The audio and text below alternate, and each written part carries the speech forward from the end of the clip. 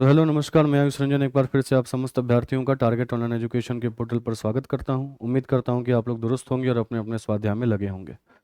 जैसा कि आपको ज्ञात होगा कि पिछले कुछ दिनों से जो हमारी और आपकी मुलाकात आधुनिक भारतीय इतिहास के कंसेप्चुअल क्लास को लेकर लाइव क्लास के अंतर्गत होती थी, किसी कारणवश उसकी रिकॉर्डिंग अवस्था चल रही है। तो आज हम उसी कंसेप्चुअल क्लास की श्रृंखला में आगे की तरफ बात करेंगे। जैसा कि आपको ज्ञात होगा कि पिछली क्लास में मैंने आपसे कहा था, हमारी और आपकी साइमन आयोग और नेहरू रिपोर्ट को लेकर बात हो चुकी थी। हमने उन चीज़ों को देखा था और मैंने आपसे कहा था कि अगली क्लास में जब हमारी और आपकी मुलाकात होगी तो पहले हम क्रांतिकारी विचारधारा के द्वितीय चरण को क्या करेंगे तो देखेंगे, और उसके बाद फिर हम भारतीय राजनीति की मुख्य धारा में वापस से प्रवेश करेंगे, जिस दौरान हम पूर्ण स्वराज और उसके बाद फिर सविनय अवज्ञा आंदोलन की स्थिति को देखेंगे। तो आज पहले हम क्रांतिकारी विचारधारा के द्वितीय चरण की बात कर लेते हैं। ठीक है, तो क्रांतिकारी विचारधारा का द्वितीय चरण यानी कि रिवॉल्यूशनरी नेशनलिज्म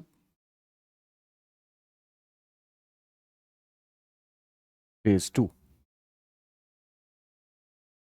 क्रांतिकारी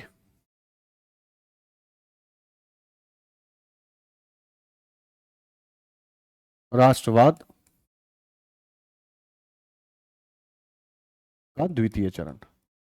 अच्छा, ये द्वितीय चरण क्यों है? क्योंकि क्रांतिकारी राष्ट्रवाद के प्रथम चरण की पढ़ाई हम लोगों ने स्वदेशी आंदोलन के बाद कर ली थी, जिस दौरान आपको याद होगा कि हमने अलग अलग जगहों पर क्रांतिकारी गतिविधियां पढ़ी थी, है ना। हमने अनुशीलन समिति, युगांतर समूह, इन सब के बारे चीजों के ऊपर अध्ययन किया था। तो वे वह जो क्रांतिकारी विचारधारा थी वो क्रांतिकारी विचारधारा के पहले चरण के तौर पे जानी जाती है। और ये जो क्रांतिकारी विचारधारा है ये क्रांतिकारी विचारधारा के या क्रांतिकारी राष्ट्रवाद के द्वितीय चरण पे जानी जाती है। ठीक है, सवाल है कि क्यों, है ना। यानी कि इस क्रांतिकारी विचारधारा या क्रांतिकारी राष्ट्रवाद के द्वितीय चरण का जो बैकग्राउंड है वो क्या है। ठीक है, क्योंकि अगर आपने एक बार बैकग्राउंड को समझ लिया, है ना, तो फिर आप इससे संबंधित चीजों का आकलन आराम से कर पाएंगे। देखिए, प्रथम चरण के क्रांतिकारी राष्ट्रवाद के दौरान जितने भी क्रांतिकारी गिरफ्तार किए गए थे उस दौरान उनको 1920 तक अंग्रेजों ने रिहा कर दिया। इस रिहाई के पीछे अंग्रेजों की मजबूरी यह थी कि अंग्रेजों को भारत सरकार अधिनियम 1919, जिसको हम मॉन्टेग्यू चेम्सफोर्ड सुधार भी कहते हैं, इसके परामर्श को भारत में लागू करना था।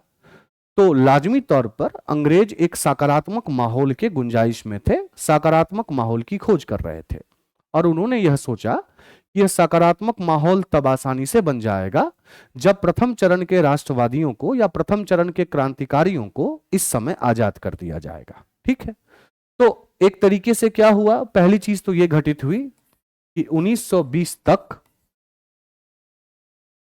प्रथम चरण के प्रथम चरण के क्रांतिकारी राष्ट्रवादों को या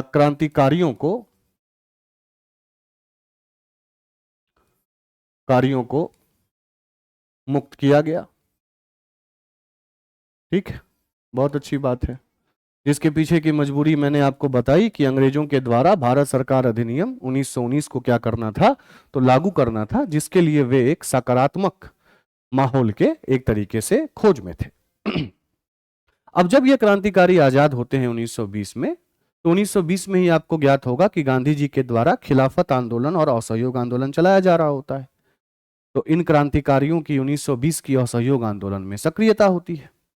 लेकिन 1922 में जब चौरी चौरा कांड घटता है, और जिस चौरी चौरा कांड के घटने के उपरांत गांधी जी असहयोग आंदोलन को वापस लेते हैं, तो इस वापसी के कारण इस समय के क्रांतिकारी बहुत ज्यादा रुष्ट होते हैं और अंत में ये तय करते हैं, है ना, कि हम अब किसी भी प्रकार के जो सक्रिय राजनीति की धारा चल रही है उससे इतर होकर वापस से गोला बम बारूद इनकी सहायता से आजादी को क्या करेंगे तो प्राप्त करेंगे। ठीक है, तो द्वितीय घटना क्या हो गई इनके साथ? द्वितीय घटना यह हो गई कि 1922 में असहयोग आंदोलन के असहयोग आंदोलन के वापस लिए जाने के कारण असंतुष्टि। ठीक है, वापस लिए जाने से असंतुष्टि। ठीक है, अच्छा, तीसरी चीज क्या हुई?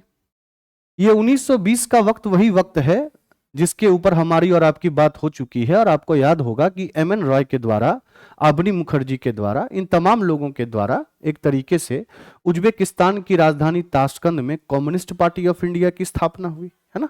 और फिर धीरे धीरे भारत में साम्यवाद की स्थिति मजबूत होने लगी।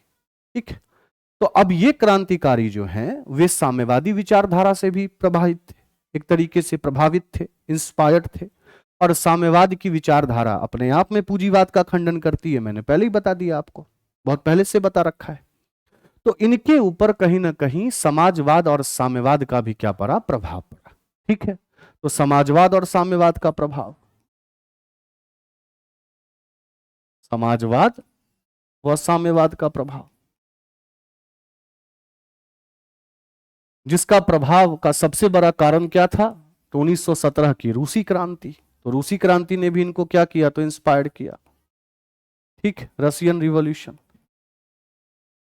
अच्छा, इसके साथ ही हर एक प्रकार के क्रांतिकारी विचारधारा को स्फुटित करवाने के लिए, अभिप्रेरित करने के लिए कुछ कुछ पत्र पत्रिकाओं का योगदान हमेशा से रहा है। जब हम और आप पहले चरण के क्रांतिकारी गतिविधि को पढ़ रहे थे तो उस दौरान हमने युगांतर पत्रिका का जिक्र सुना था, संध्या पत्रिका का जिक्र सुना था। ठीक उसी तरीके से इस समय में भी अलग अलग पत्र पत्रिकाओं का योगदान रहा, जैसे आत्मशक्ति नाम की पत्रिका, जैसे बिजोली नाम की पत्रिका, जैसे सारथी नाम की पत्रिका। इसके साथ ही कुछ ऐसे पुस्तकें भी लिखी गईं जिन पुस्तकों ने क्रांतिकारी विचारधारा को और ज्यादा प्रगाढ़ किया, जैसे बंदी जीवन सचिन सन्याल के द्वारा, है ना, पाथेड़ देवी शरद चंद्र चटर्जी जी के द्वारा। तो इन तमाम प्रकार के पत्र पत्रिकाओं और किताबों ने भी द्वितीय चरण के क्रांतिकारी राष्ट्रवाद को क्या किया? तो मजबूत किया। मतलब पांचवें योगदान के तौर पर क्या है? तो पत्र पत्रिका व पुस्तकों का योगदान।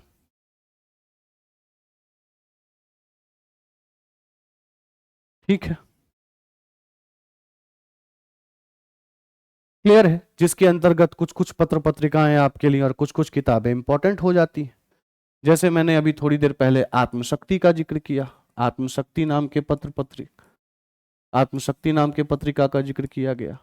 ठीक है, बिजोली नाम के पत्रिका का जिक्र, तो बिजोली, सारथी, इसके साथ साथ कुछ कुछ पुस्तकें जैसे बंदी जीवन, जैसे पाथेड़ देवी,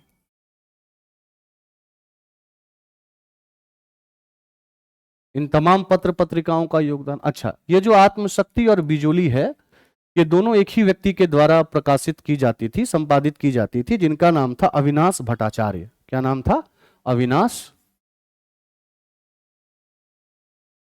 भट्टाचार्य।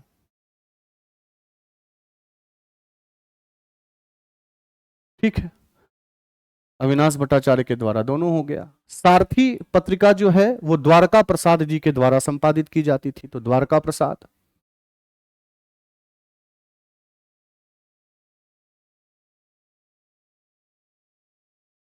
बंदी जीवन जो है वो सचिन सान्याल जी के द्वारा लिखी गई थी। सचिन सान्याल, भगत सिंह के गुरु कहे जाते हैं सचिन सान्याल जी, है ना। पाथेड़ देवी की रचना अभी थोड़ी देर पहले मैंने बताई आपको, शरद चंद्र चटर्जी के द्वारा, है ना। तो शरद चंद्र चटर्जी। तो इन तमाम प्रकार के पत्र पत्रिकाओं ने क्या किया? तो उस समय के क्रांतिकारी राष्ट्रवाद की द्वितीय चरण की विचारधारा को एक तरीके से मजबूती प्रदान करने का कार्य किया। अब जैसे ही क्रांतिकारी विचारधारा पनपेगी तो लाजमी सी बात है, जैसे जब हम प्रथम चरण के क्रांतिकारी राष्ट्रवाद को पढ़ रहे थे तो हमने क्रांतिकारी राष्ट्रवाद को समझने के लिए उसको अलग अलग केंद्रों में बांटा था, बंगाल, पंजाब, महाराष्ट्र और भारत के बाहर। ठीक उसी प्रकार से इस समय के क्रांतिकारी विचारधारा, क्रांतिकारी राष्ट्रवाद और क्रांतिकारी गतिविधियों को समझने के लिए हमें इसे भी दो खंडों में क्या करना पड़ेगा, तो बांटना पड़ेगा। ठीक है, तो क्या करेंगे अब हम, जो क्रांतिकारी राष्ट्रवाद हैं, ठीक है जी, क्रांतिकारी राष्ट्रवाद, इसको हम कायदे से दो हिस्सों में बांटेंगे, जिस दो हिस्से में पहले हिस्से के अंतर्गत हम 3 राज्यों को लेके चलेंगे, बिहार, उत्तर प्रदेश और पंजाब। क्लियर है? और द्वितीय स्थिति यहां पर अलग से आपको बताई जाएगी, बंगाल की, जिसमें हम अलग अलग क्रांतिकारियों को पढ़ेंगे, जैसे सूर्यसेन हो गए, प्रीतिलता वाडेदार हो गई, है ना, इन सबको हम क्या करेंगे, तो पढ़ेंगे। क्लियर है? तो अब स्टार्ट करते हैं पहले यहां से। देखिए, बिहार, यूपी और पंजाब में जो क्रांतिकारी राष्ट्रवाद के द्वितीय चरण की विचारधारा का जन्म होता है, वो वास्तव में एक पार्टी के गठन के बाद होता है, जिस पार्टी का नाम होता है HRA, हिंदुस्तान रिपब्लिक एसोसिएशन। आपको याद रखना है, HRA अलग पार्टी है और इसी पार्टी का आगे चलकर रूप बन जाएगा HSRA, Hindustan socialist Republic association. तो अभी मैं बात केवल किसकी कर रहा हूं, HRA की, हिंदुस्तान रिपब्लिक एसोसिएशन की। ठीक है, तो अक्टूबर 1924 में कानपुर में कुछ क्रांतिकारी, जिसमें राम प्रसाद बिस्मिल, जोगेश चंद्र चटर्जी, सचिन सान्याल, ये तमाम लोग शामिल थे। इन्होंने अक्टूबर 1924 में एक पार्टी का गठन किया, जिस पार्टी को हम हिंदुस्तान रिपब्लिक एसोसिएशन कहते हैं। ठीक है, तो सबसे पहली नींव जो है वो यहीं रखी गई। क्लियर है? अक्टूबर 1924 हिंदुस्तान रिपब्लिक एसोसिएशन का गठन,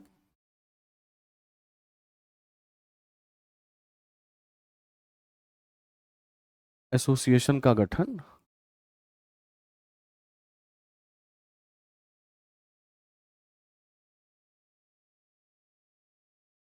कहां पर, कानपुर में। स्थान कहां पर, कानपुर।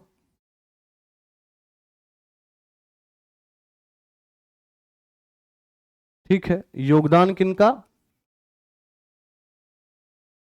राम प्रसाद बिस्मिल।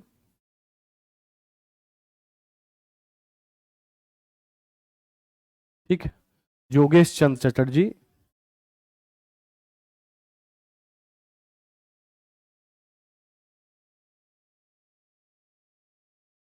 सचिन सान्याल।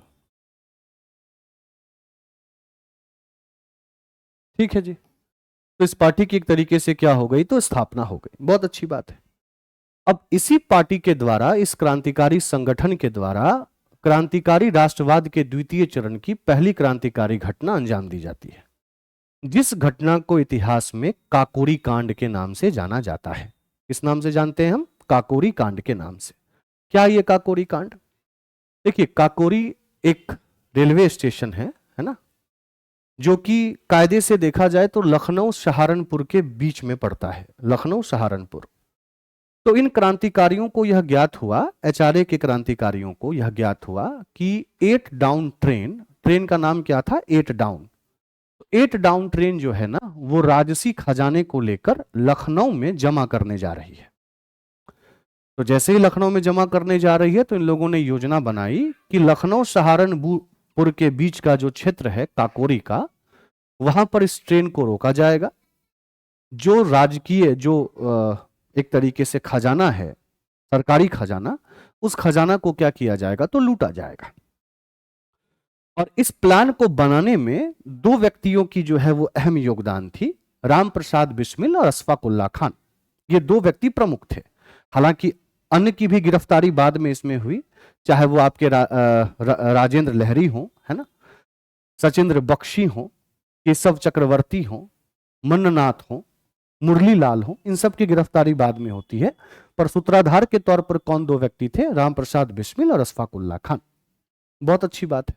ये लोग काकोरी नाम के स्टेशन पर जो है वो स्टेशन को एक तरीके से ट्रेन को लूट लेते हैं। लेकिन उसी दौरान क्या होती है, दोनों तरफ से गोलीबारी के दौरान एक निर्दोष व्यक्ति की जान चली जाती है। अब जैसे ही निर्दोष व्यक्ति की जान चली जाती है तो इधर पुलिस सक्रिय होती है, और जब पुलिस सक्रिय होती है तो इस मामले से जुड़े हुए लगभग 40 लोगों को गिरफ्तार किया जाता है। 40 लोगों की गिरफ्तारी होती है और इनको गिरफ्तार करके फिर मई 1926 में इनके सुनवाई की शुरुआत होती है। ठीक है, मई 1926 में इस केस की सुनवाई की शुरुआत हुई और इस दौरान जो इन लोगों की ओर से यानी कि क्रांतिकारियों की ओर से जो वकील गए थे, उनमें एक थे गोविंद बल्लभ पंत और दूसरे थे मोहनलाल सक्सेना।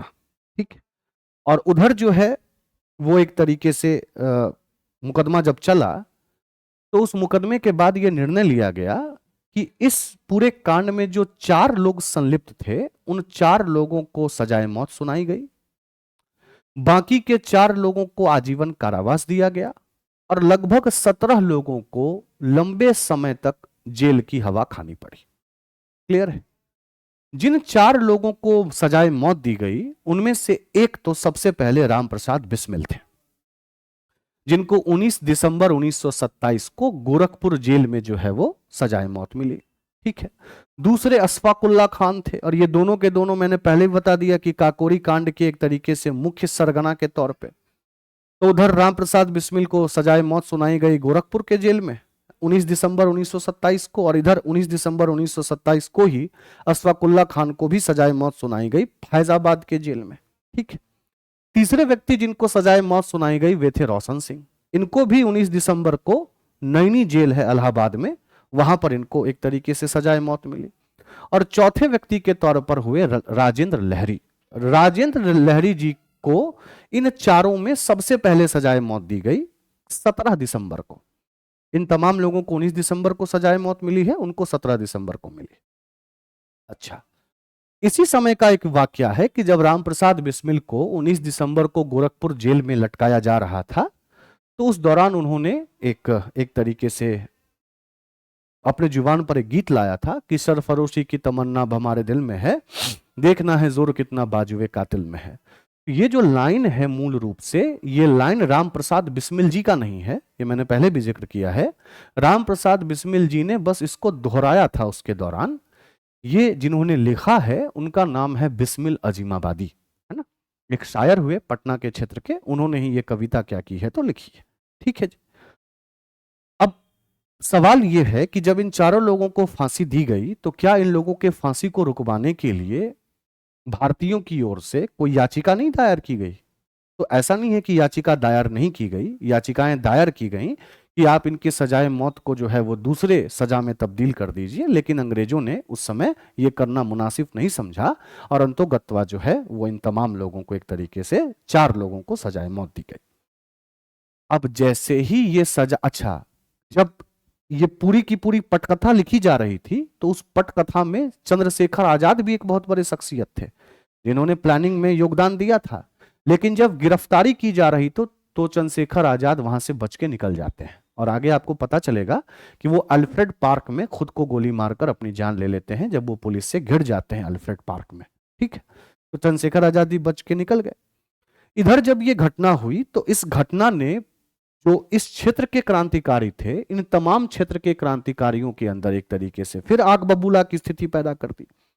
तो यूपी के कुछ क्रांतिकारी जिनमें शिव वर्मा थे, जयदेव कपूर थे, विजय कुमार सिन्हा थे, पंजाब के कुछ क्रांतिकारी जिसमें भगत सिंह, भवानी सिंह, भगवती चरण बोहरा, सुखदेव, ये तमाम लोग थे। इन लोगों ने मिलकर यह तय किया कि ये जो पार्टी है ना HRA, हिंदुस्तान रिपब्लिक एसोसिएशन, इसके नाम में समाजवाद कहीं नहीं दिख रहा। और मैंने आपको पहले ही बता दिया कि इन समस्त क्रांतिकारियों के ऊपर समाजवाद का बहुत गहरा प्रभाव था। तो इन तमाम लोगों ने मिलकर यह सोचा कि ये जो HRA नाम की पार्टी है, इस HRA नाम की पार्टी को अब HSRA नाम की पार्टी में तब्दील कर दिया जाए। और दिसंबर 1928 में जब इस पार्टी की गुप्त बैठक फिरोज शाह कोटला में हो रही थी, दिल्ली के फिरोज शाह कोटला में, तो वहीं पर इस पार्टी का नाम HRA से बदलकर HSRA कर दिया गया। ठीक है, तो ध्यान से समझना है, काकोरी कांड किस पार्टी के तहत देखा जाता है? तो एचआरए। और एचएसआरए के तहत आगे चल के हम बताएंगे, बात करेंगे, केंद्रीय विधायिका में बम मारना या सॉन्डर्स की हत्या वो एचएसआरए के क्रांतिकारियों के द्वारा है। ठीक है, तो दोनों के नाम में थोड़ा सा फेरबदल है। एचआरए की स्थिति आपको अक्टूबर 1924 में कानपुर में, और एचएसआरए इसी एचआरए का एक तरीके से अग्रिम रूप है जो कहां पर देखने को मिला? फिरोज शाह कोटला में दिसंबर 1928 में। क्लियर है? तो क्या स्थिति हुई है ना? सबसे पहले क्रांतिकारी एक तरीके से घटना को समझ लेते हैं, इनके क्रांतिकारी घटना को।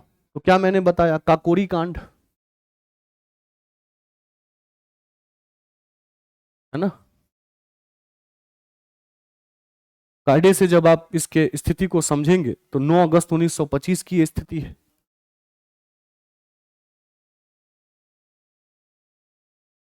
ठीक है जी, 9 अगस्त 1925 को लखनऊ सहारनपुर का रेलखंड था।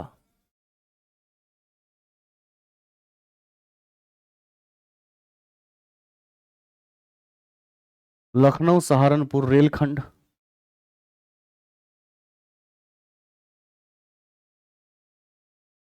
ठीक है जी। अच्छा, इसमें जो मुख्य व्यक्तित्व थे, मुख्य व्यक्ति, इस ट्रेन को लूट लिया जाएगा, है ना? इसमें राम प्रसाद बिस्मिल, राम प्रसाद बिस्मिल और अशफाकुल्ला खान थे। अशफाकुल्ला। ठीक है। हालांकि अन्य भी व्यक्तियों की गिरफ्तारी हुई, या आप यूं कह सकते हैं कि अन्य भी व्यक्ति इसमें शिरकत कर रहे थे, है ना? लेकिन मुख्य अभियुक्त तो कौन थे? तो रामप्रसाद बिस्मिल और अशफाकुल्ला खान। और जैसा मैंने आपको बताया कि इस डकैती के दौरान जो है वो एक तरीके से गोलीबारी होती है, जिस गोलीबारी के कारण एक निर्दोष व्यक्ति की क्या होती है? तो गिरफ्तारी कर दी जाती है, सॉरी, हत्या कर दी जाती है। जिसके बाद जो है वो इस मामलात से जुड़े हुए 40 लोगों को एक तरीके से अभियुक्त बनाया जाता है, उनके ऊपर सुनवाई होती है ना? तो सुनवाई की शुरुआत जो है, अच्छा, इसमें अन्य व्यक्तियों का नाम अगर आप जानना चाहें जो इसमें संलिप्त थे, तो चंद्रशेखर आजाद। लेकिन याद रखना है, चंद्रशेखर आजाद की गिरफ्तारी नहीं हो पाई क्योंकि वो बच के निकल गए। ठीक है, चंद्रशेखर आजाद तो थे ही। उसके बाद फिर आपको राजेंद्र लहरी,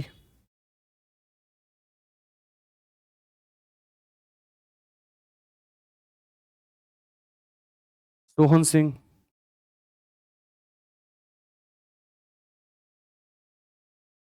ठीक है। उसके बाद फिर आपको केशव चक्रवर्ती, है ना, सचिंद्र बख्शी, ये लोग भी थे।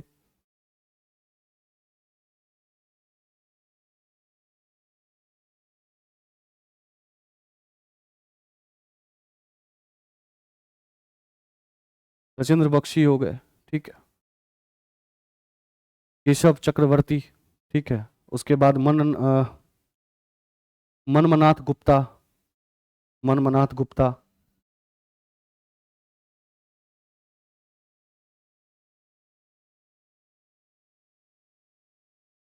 ठीक है। तो ये मुख्य अभियुक्त के तौर पे थे। क्लियर? बनवारी लाल, मुक्तिकांत लाल, है ना, या मुकुंदी लाल, बनवारी लाल, मुकुंदी लाल,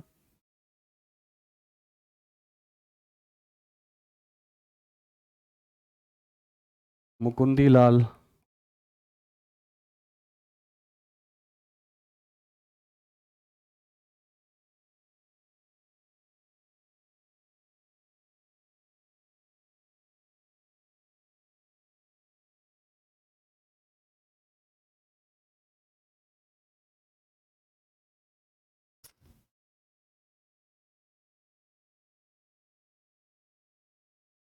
हम्म,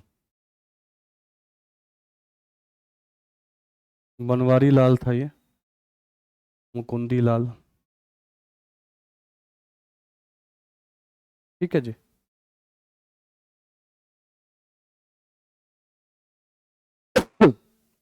और अंतोगत्वा जैसा मैं आपको बता, हाँ, एक चीज और याद रखिएगा कि इस मामलात में जो है वो 4 लोगों को जो है वो सजाए मौत मिली है, 4 लोगों को जो है वो लाइफ टाइम इम्प्रिजमेंट मिली है यानी कि आजीवन कारावास, और 17 लोगों को जो है वो लगभग एक तरीके से लंबी सजाएं मिली है। ठीक है जी।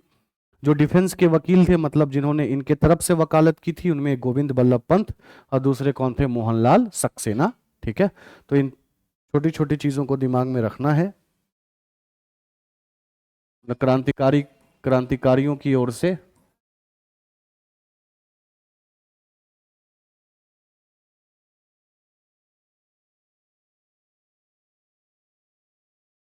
वकील जीबी पंत, गोविंद बल्लभ पंत, बहुत इंपॉर्टेंट शख्सियत है इतिहास में, है ना, गोविंद बल्लभ पंत और मोहनलाल सक्सेना। मोहनलाल सक्सेना। ठीक है जी। और जैसा मैंने आपको बताया कि 4 लोगों को फांसी,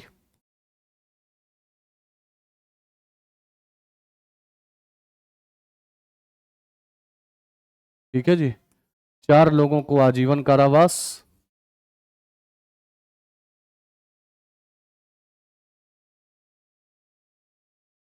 ठीक है, और 17 लोगों को लंबी सजा।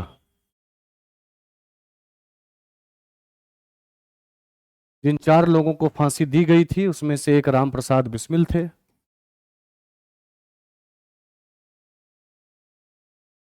ठीक है, कौन से जेल में, गोरखपुर जेल में।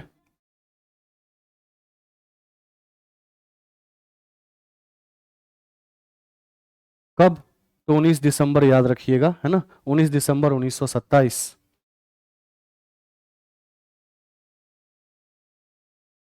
दूसरे व्यक्ति थे अशफाक उल्लाह खान।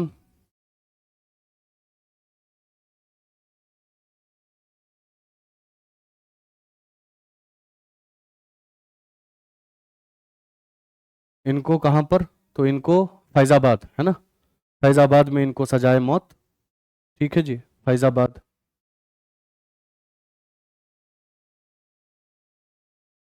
सेम डेट को। उसके बाद फिर रोशन सिंह,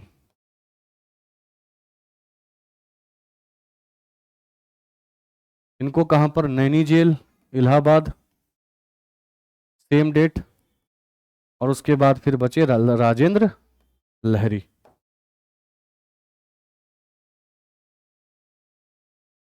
ठीक है, इनको कहां पर, गोंडा जेल, गोंडा यूपी। लेकिन फांसी कब मिली, 17 दिसंबर 1927। क्लियर है। अब जैसा मैंने आपको बताया कि इस घटना के बाद जो है वो भारत के यूपी, है ना, और पंजाब के क्षेत्र के क्रांतिकारियों ने यह निश्चय किया कि हम एक तरीके से इस पार्टी को और संगठित करेंगे, जिस संगठित के परिणाम स्वरूप जो है वो दिसंबर 1928 में फिरोज शाह कोटला में जब इसकी बैठक होती है तो HRA पार्टी का नाम बदल कर क्या कर दिया जाता है, HSRA। ठीक है, तो दिसंबर 1928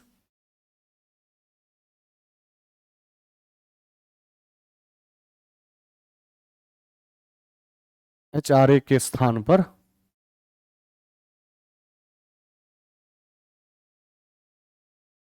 HSRA की स्थापना।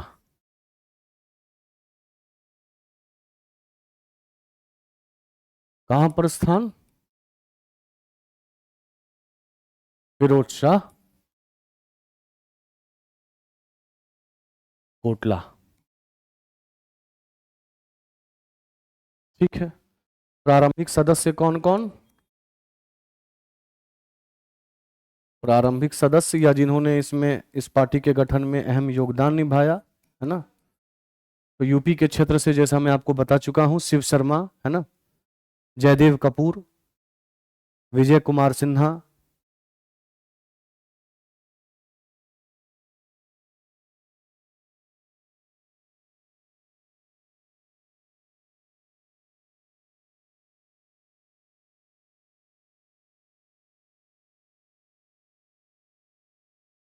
विजय कुमार सिन्हा।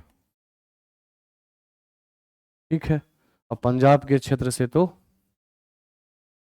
भगवती चरण बोहरा, इन्हीं की एक पुस्तक है द फिलॉसफी ऑफ बॉम्ब, आगे बताऊंगा, वोहरा, है ना, सुखदेव, ठीक है जी, राजगुरु,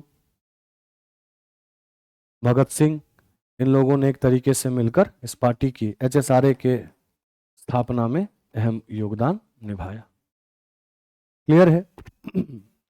चलिए, मतलब अब जो घटना की जाएगी वो घटना कायदे से HRA के द्वारा नहीं, HSRA के द्वारा की जाएगी, हिंदुस्तान सोशलिस्ट रिपब्लिक एसोसिएशन के द्वारा की जाएगी। तो HSRA के द्वारा जो पहली घटना की गई उस घटना को कहते हैं सॉन्डर की हत्या, या इसको इतिहास में लाहौर षड्यंत्र मुकदमा भी कहा जाता है। बहुत इंपॉर्टेंट मुकदमा है, ठीक है। तो सबसे पहली घटना क्या है? सॉन्डर्स की हत्या। अब ये सॉन्डर्स था कौन, मारा क्यों गया, वगैरह वगैरह, इसकी स्थिति को आप ऐसे समझिए कि जब आपको मैं बता रहा था कि भारत में साइमन आयोग के आगमन के पश्चात साइमन आयोग का बहिष्कार चल रहा था, तो उस बहिष्कार का नेतृत्व लाहौर में लाला लाजपत राय कर रहे थे। और आपको याद होगा कि लाला लाजपत राय के ऊपर या वहां के एक तरीके से आंदोलनकर्ताओं के ऊपर लठ बरसाने का जो आदेश है वो आदेश जेम्स स्कॉट ने जारी किया था। तो कायदे से 4 क्रांतिकारी, जिसमें से भगत सिंह, राजगुरु, सुखदेव और चंद्रशेखर आजाद थे, इन लोगों ने यह तय किया कि लाला लाजपत राय के मृत्यु का जो प्रमुख जिम्मेदार व्यक्ति है जेम्स स्कॉट, इस जेम्स स्कॉट की लाहौर में जाकर हत्या कर दी जाए। ठीक है, योजना बनी, ये लोग वहां गए और कायदे से हत्या की जानी थी जेम्स स्कॉट की। लेकिन दुर्भाग्य से जेम्स स्कॉट की पहचान करने में हो गई दिक्कत, है ना। और जब दिक्कत हुई तो मारा गया सॉन्डर्स, ठीक है, जो उस दौरान बाइक पे आ रहा था। एक तरीके से गलत पहचान हुई और गलत पहचान होने के कारण भगत सिंह, कायदे से देखा जाए तो भगत सिंह और राजगुरु ने उसकी गोली मारकर हत्या कर दी। सहायता कर रहे थे उसके चंद्रशेखर आजाद और कौन, सुखदेव। अच्छा, अब जब सॉन्डर को गोली मारा गया तो गोली मारने के बाद भगत सिंह और लाजमी तौर पर राजगुरु वहां से भागे। तो जैसे ही वो वहां से भाग रहे थे कि उनके पीछे पीछे एक भारतीय सिपाही भागा, है ना, जिस भारतीय सिपाही का नाम था चमन सिंह। तो भगत सिंह और राजगुरु आगे आगे भाग रहे हैं, चमन सिंह उसके पीछे पीछे भाग रहा है और चंद्रशेखर आजाद जो है वो एक तरीके से इन दोनों को कवर दे रहे हैं। तो जब चंद्रशेखर आजाद जी ने चमन सिंह को उन दोनों का पीछा करते हुए देखा तो चमन सिंह को उन्होंने गोली मार दी, यानी कि चंद्रशेखर आजाद जी ने चमन सिंह को जो है वो एक तरीके से गोली मार दी। बहुत अच्छी बात। उसके बाद ये लोग अपना भेष बदलकर लाहौर से एक तरीके से निकल जाते हैं, एस्केप कर जाते हैं। गौरतलब है कि इस सॉन्डर्स के मुकदमे में या सॉन्डर्स की हत्या में प्रत्यक्ष रूप से ये चारों इन्वॉल्व थे।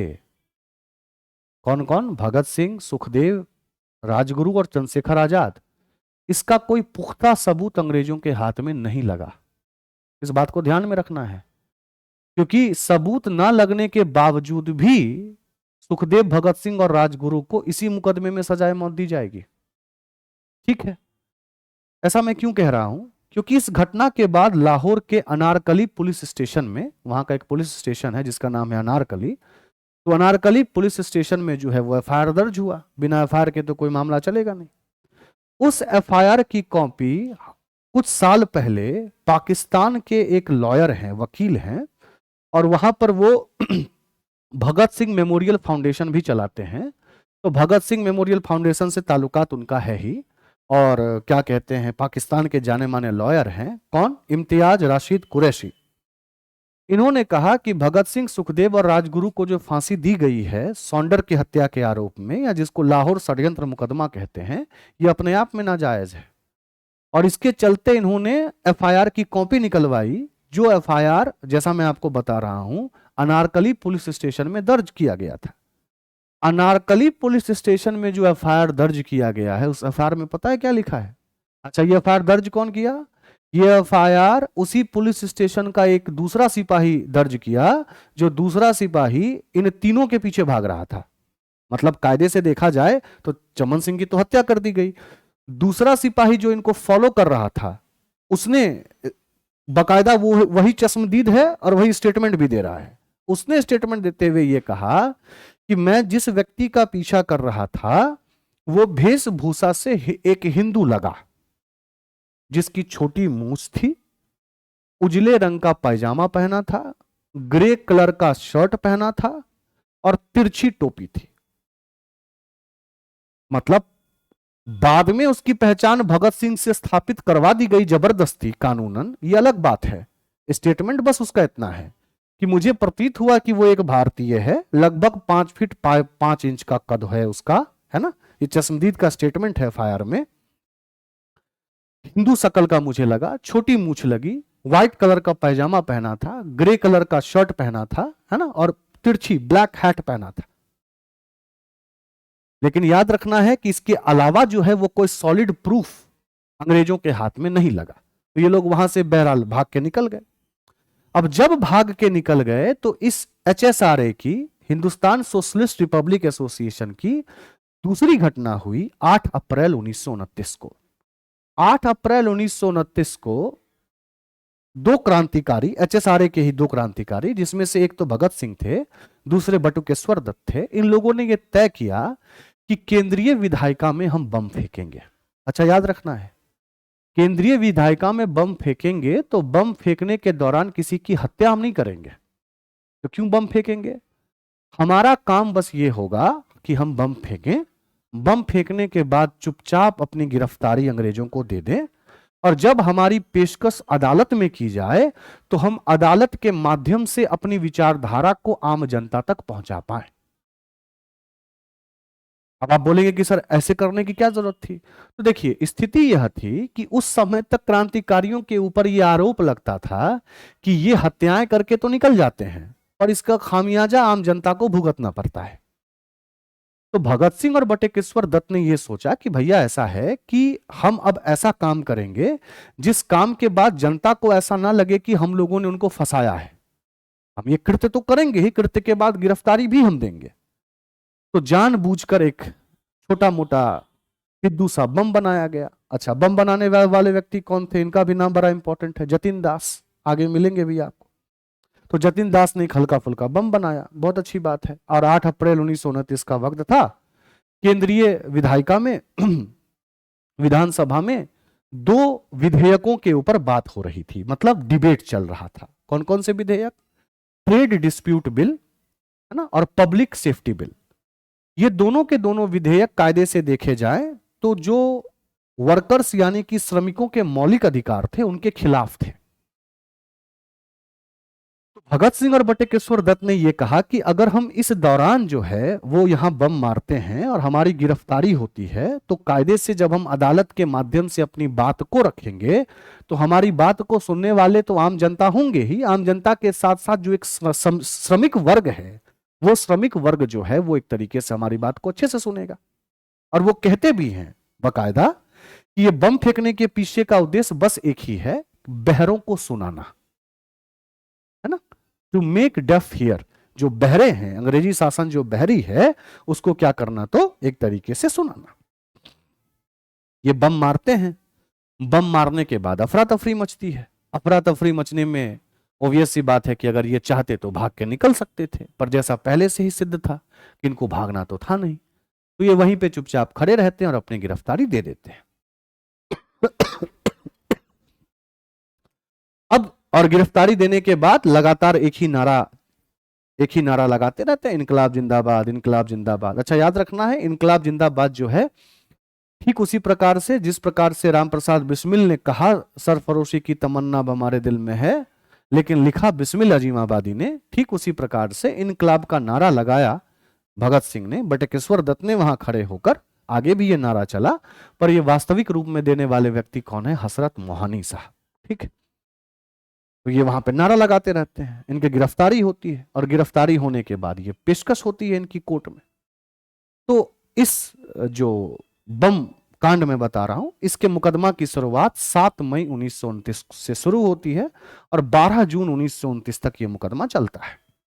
अच्छा, इस मुकदमे में भगत सिंह और बटुकेश्वर दत्त की ओर से जो वकालत करते हैं उनका नाम होता है आसिफ अली। और उधर जो अंग्रेजों की ओर से वकील रहता है ना, उनका नाम रहता है राय बहादुर सूरज नारायण। तो एक तरफ राय बहादुर सूरज नारायण अंग्रेजों की ओर से वकालत, और उधर बटुकेश्वर दत्त और भगत सिंह की ओर से आसिफ अली, और केस की सुनवाई शुरू होती है। जो मजिस्ट्रेट उस समय होता है उसका नाम होता है एफ बी पुल। क्या? एफ बी पुल। आपको जानकर बड़ा ताज्जुब होगा, जिस भगत सिंह और बटुकेश्वर दत्त की मंशा बिल्कुल यह नहीं थी कि दूसरों को हानि पहुंचाया जाए उस बम से, जैसा साफ प्रतीत भी होता है, अगर यही मंशा होती तो वो भी भगदड़ में भाग गए होते। बावजूद इसके ये एफबी पुल अपने जजमेंट में लिखता है कि बम को जानबूझकर राज्य के अधीन, राजा के अधीन जो एक तरीके से प्रजा है उसकी, या कायदे से जो भारतीय हैं, उनका जानबूझकर नुकसान करने के लिए यह बम फेंका गया। यह स्टेटमेंट किसका है? एफबी पुल का, जो अपने में बहुत विवादास्पद है कि अगर वास्तव में ऐसी स्थिति होती तो भैया वो क्यों वहां पे खड़े होते, क्यों अपनी गिरफ्तारी देते। बहरहाल इसने ये बोल दिया। उसके बाद ये मुकदमा फिर एक तरीके से उच्च न्यायालय में गया, सत्र न्यायालय में, सेशन कोर्ट में। सेशन कोर्ट में जो इसकी सुनवाई कर रहे थे उनका नाम था लियोनार्ड मिडलटॉन। लियोनार्ड मिडलटॉन। निचली अदालत में एफबी पुल और ऊपरी अदालत में कौन? लियोनार्ड मिडलटॉन। तो लियोनार्ड मिडलटॉन के समक्ष जब इसकी सुनवाई चल रही थी तो एक पुलिस अधिकारी ने गलत बयान दे दिया। पुलिस अधिकारी ने कहा कि जब भगत सिंह को गिरफ्तार किया गया तो उस दौरान उन्होंने अपनी बंदूक से फायरिंग की थी,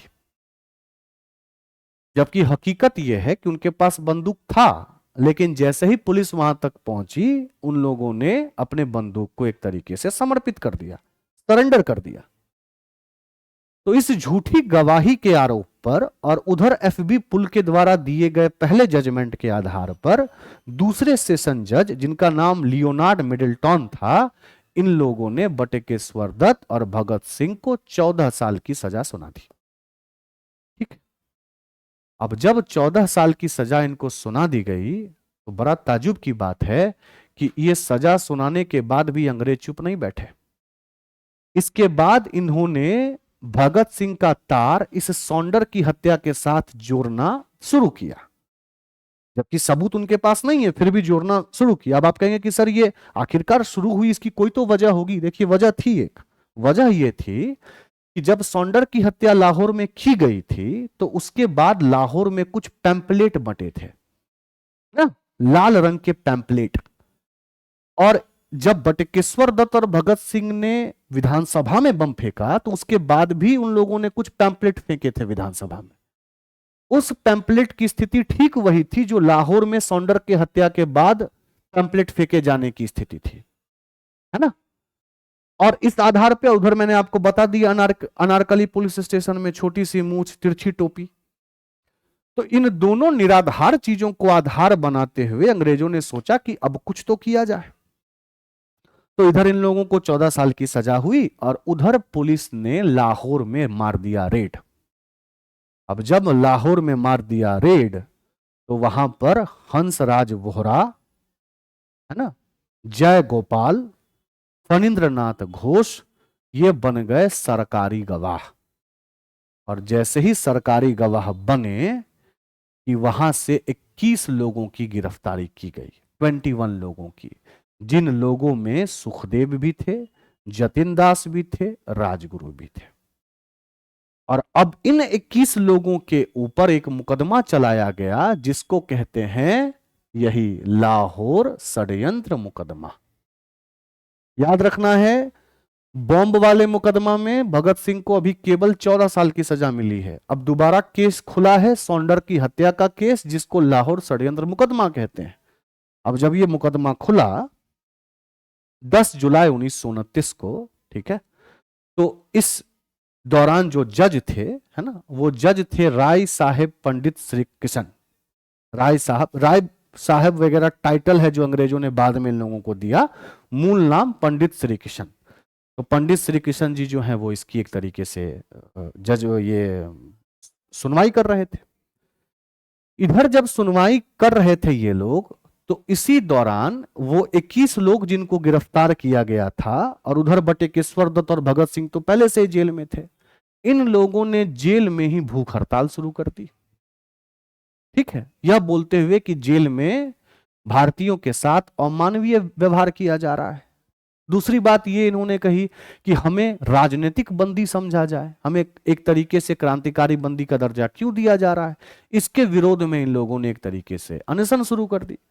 जैसे ही अनशन शुरू कर दी कि पूरे मीडिया में इनकी खबर चलने लगी, है ना, मीडिया में लोकप्रियता बढ़ने लगी।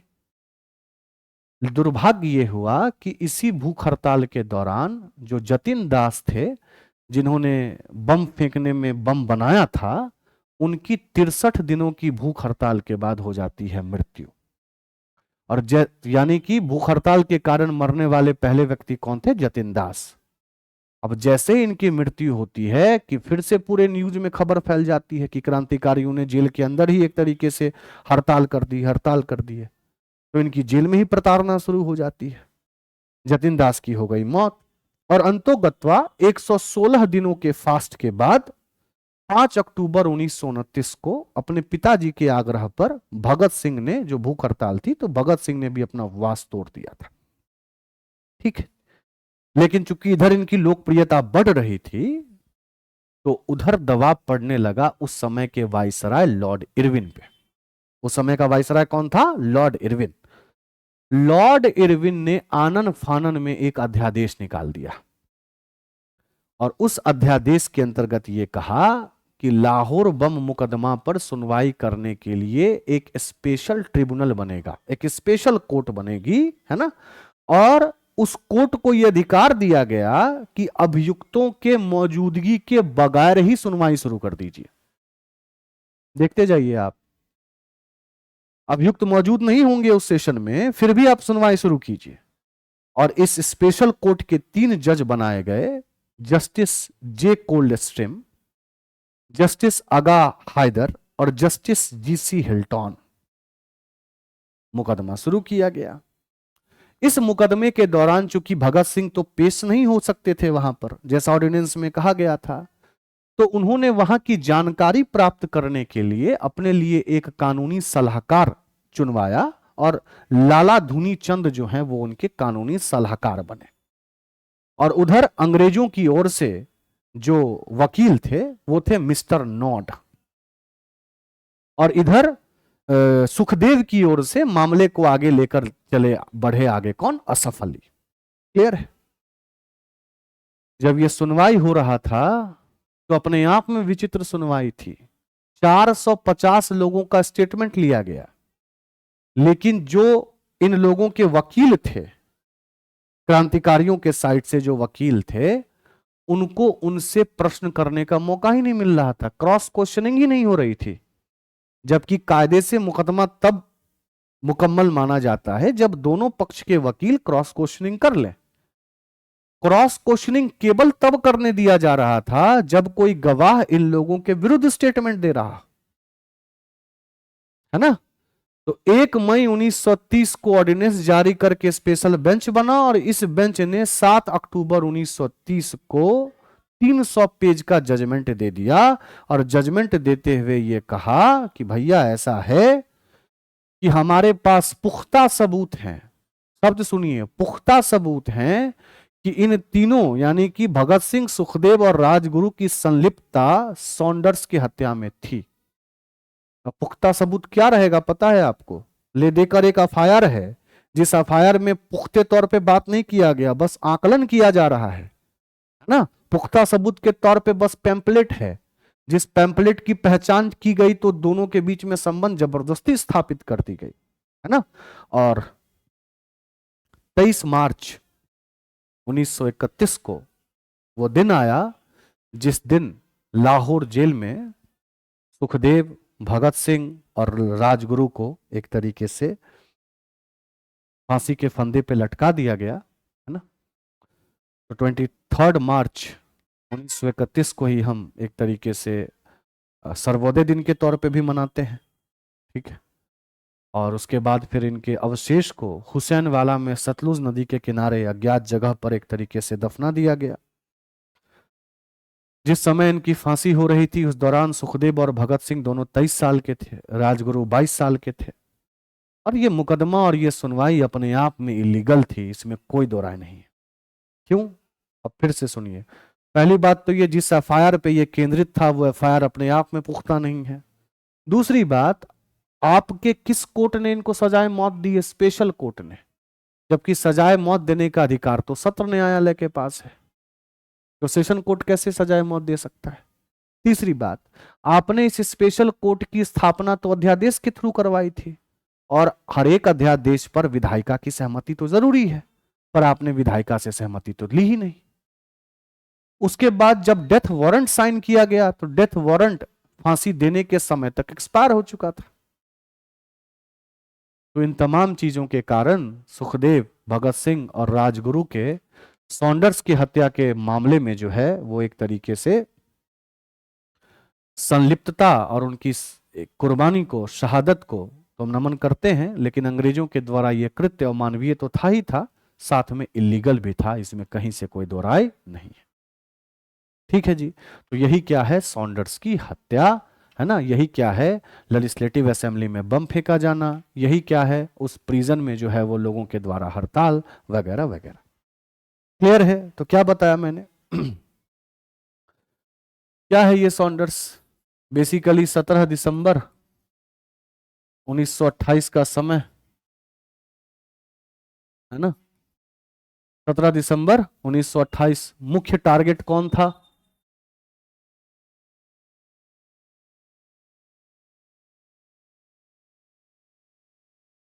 जेम्स स्कॉट, बता रखा हूं। जेम्स स्कॉट, जिसने साइमन आयोग के बहिष्कार के दौरान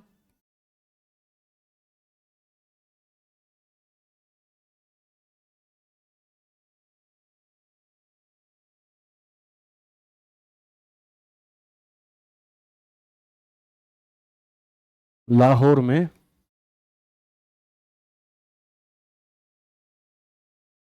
लाठी चार्ज करने का आदेश दिया था।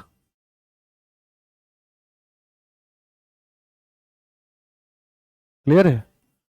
जिस लाठी के कारण जो है वो लाला लाजपत राय की क्या हो गई थी? तो मृत्यु हो गई थी। ठीक है। लेकिन गलती से भगत सिंह व राजगुरु के द्वारा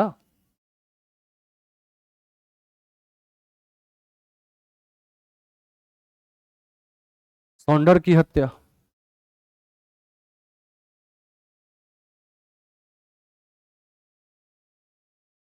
ठीक है। और क्या बताया गया? इसी दौरान चंद्रशेखर आजाद जी के द्वारा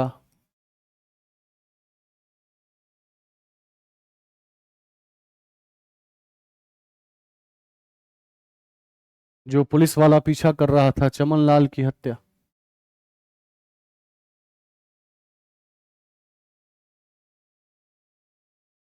ठीक है जी। उसके बाद फिर ये लोग वहां से क्या हुए? तो फरार हुए, है ना? फरार होने के बाद फिर आगे की कहानी मैंने आपको बताई कि अनारकली पुलिस स्टेशन में एफआईआर, है ना? जिसने देखा चश्मदीद उसने कहा कि मुझे हिंदू व्यक्तित्व के छवि का व्यक्ति लगा है, छोटी मूछ वगैरह। ठीक है। उसके बाद फिर घटना क्या, अगली घटना क्या घटती है? 8 अप्रैल 1929 केंद्रीय विधानसभा में बम।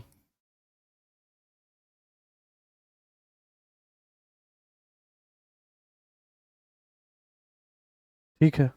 किसके द्वारा? भगत सिंह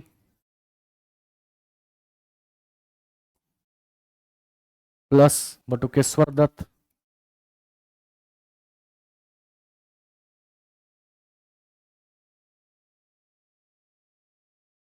कौन सा विधेयक चल रहा था?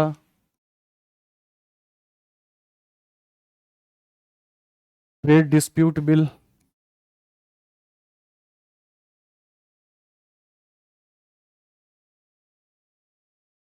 पब्लिक सेफ्टी बिल,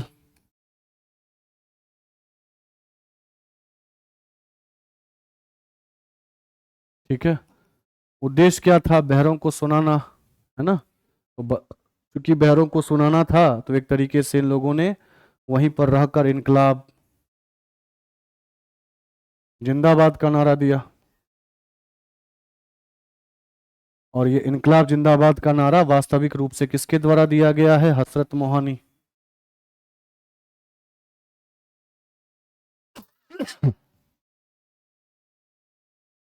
ठीक है जी, पूरी पृष्ठभूमि मैंने आपको समझा दी है। जो जो इंपॉर्टेंट चीज है उसको कहीं पर आप लिख लीजिएगा, ठीक है। अच्छा, उसके बाद फिर क्या, इनके ऊपर एक तरीके से सुनवाई की गई, है ना। 7 मई 1929 से लेके 12 जून 1929।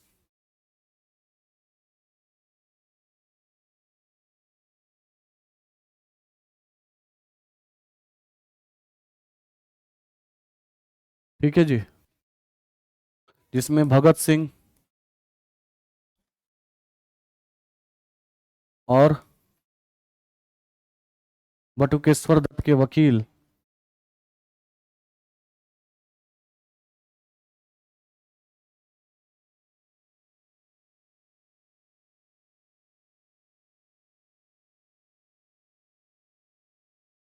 आसिफ अली, सरकारी वकील,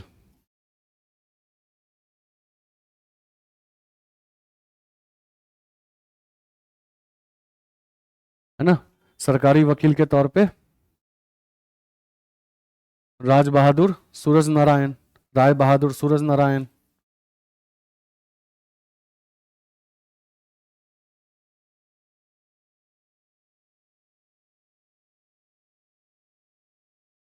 ठीक है जी।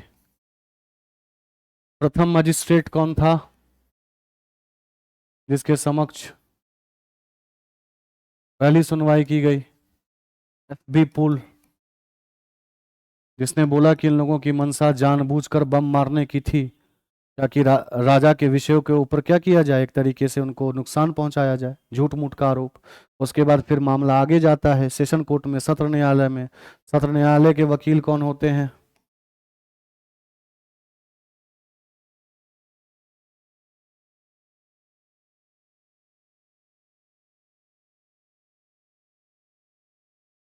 लियोनार्ड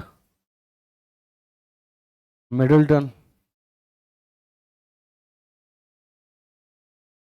और अंतोगत्वा इन लोगों को 14 वर्ष की क्या दे दी जाती है? तो एक तरीके से सजा दी जाती है, 14 वर्ष की सजा।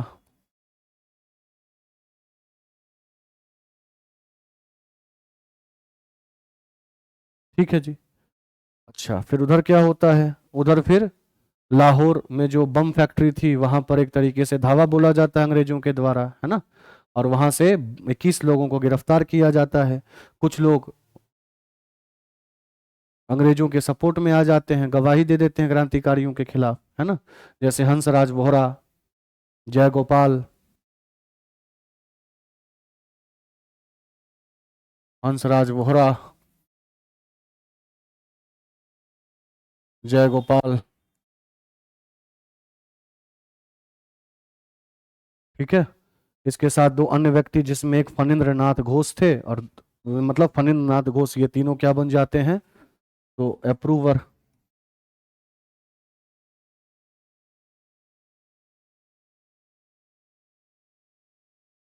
सरकारी गवाह,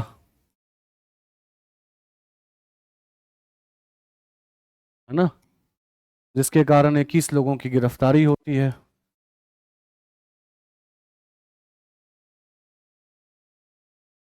पूरी कहानी बता चुका हूं मैं आपको, तो ध्यान से बस सुन लीजिएगा। जिसमें आपके राजगुरु भी शामिल हैं, सुखदेव जी को भी पकड़ा जाता है, जतिन दास को भी पकड़ा जाता है, जिन्होंने कायदे से विधानसभा के बम वाले एपिसोड में बम बनाया था, है ना। उसके बाद फिर इन लोगों के ऊपर वही लाहौर षड्यंत्र मुकदमा चलता है। ठीक है। और इसी दौरान फिर क्या होती है? जेल में भूख हड़ताल की शुरुआत, जिस भूख हड़ताल के कारण जतिन दास 63 दिनों के बाद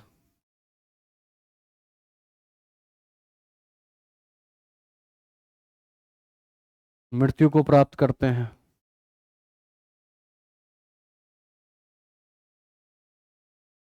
ठीक है जी। और इधर फिर 116 दिनों के बाद अपने पिताजी के आग्रह पर भगत सिंह 5 अक्टूबर 1929 को अपना ये फास्ट तोड़ते हैं। क्लियर है? अच्छा, ये जब लाहौर षड्यंत्र मुकदमा चल रहा था तो जो प्रारंभिक जज थे, शुरुआती जज, वो शुरुआती जज के तौर पे कौन थे? राय साहब, पंडित श्री किशन। ठीक है, तो पंडित श्री किशन जी।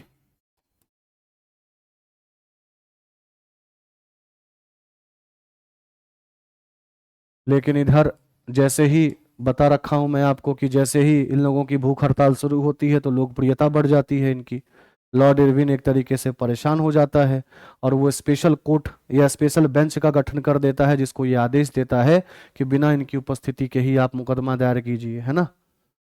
तो इरविन के द्वारा कायदे से देखा जाए तो 1 मई को एक अध्यादेश जारी करता है इरविन। इरविन का अध्यादेश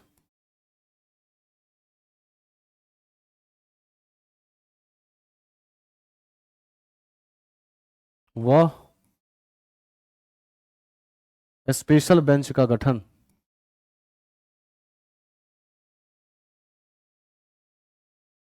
ठीक है, जिस स्पेशल बेंच में 3 लोग होते हैं, है ना। जस्टिस आगा हैदर,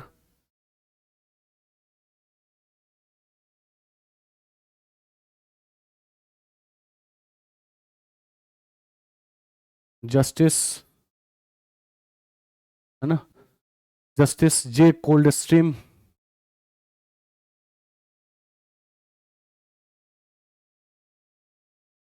और जस्टिस जे कोल्ड स्ट्रीम हो गए जस्टिस जीसी हिल्टन, है ना।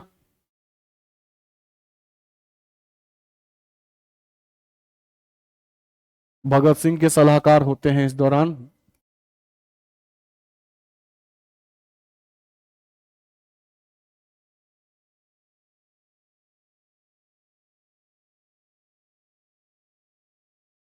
भगत सिंह, क्योंकि इनको इनकी उपस्थिति को एक तरीके से क्या किया गया था, तो प्रतिबंधित कर दिया गया था। तो लाला धुनी चंद,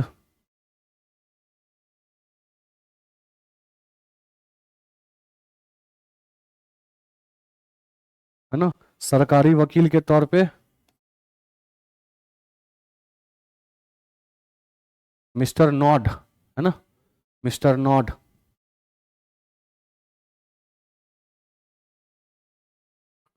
और अंतोगत्वा इसी बोर्ड के आदेश पर 23 मार्च 1931 को लाहौर जेल में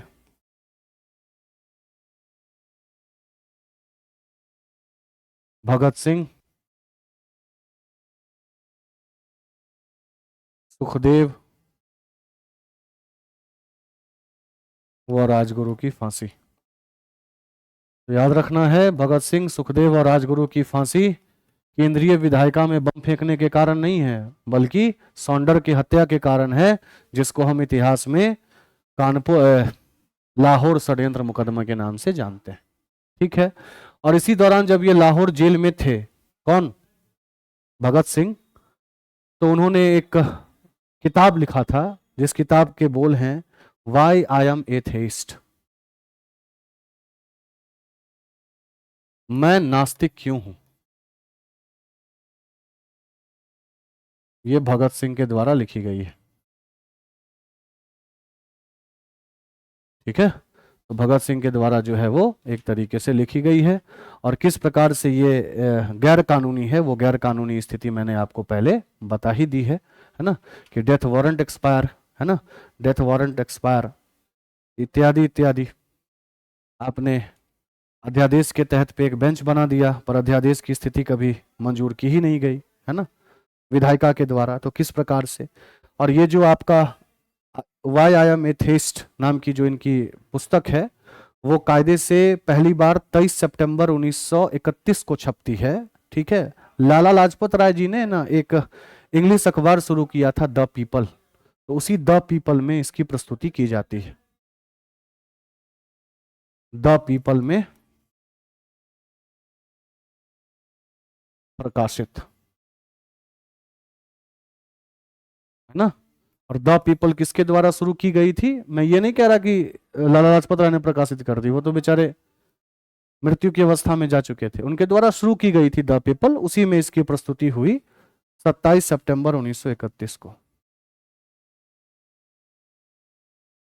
ठीक है जी। तो इस प्रकार से ये क्रांतिकारी विचारधारा के प्रथम चरण की स्थिति जो यूपी, बिहार और पंजाब में रही, है ना। उसके बाद फिर अन्य भी घटनाएं हैं, जैसे इरविन के काफिले पे बम मारने का प्रयास किया गया। ठीक है, चंद्रशेखर आजाद जी ने खुद की अपनी जान ले ली। और फिर उधर बंगाल की स्थिति, तो जो बची हुई स्थिति है वो हम अगले क्लास में देखेंगे। तब तक इसको एक कायदे से रिवाइज कर लीजिएगा, ताकि चीज़ें आपके दिमाग में अच्छे से क्या हो तो बैठ जाए। ठीक है, तब तक अपना ख्याल रखिए, पढ़ते रहिए। बहुत बहुत धन्यवाद।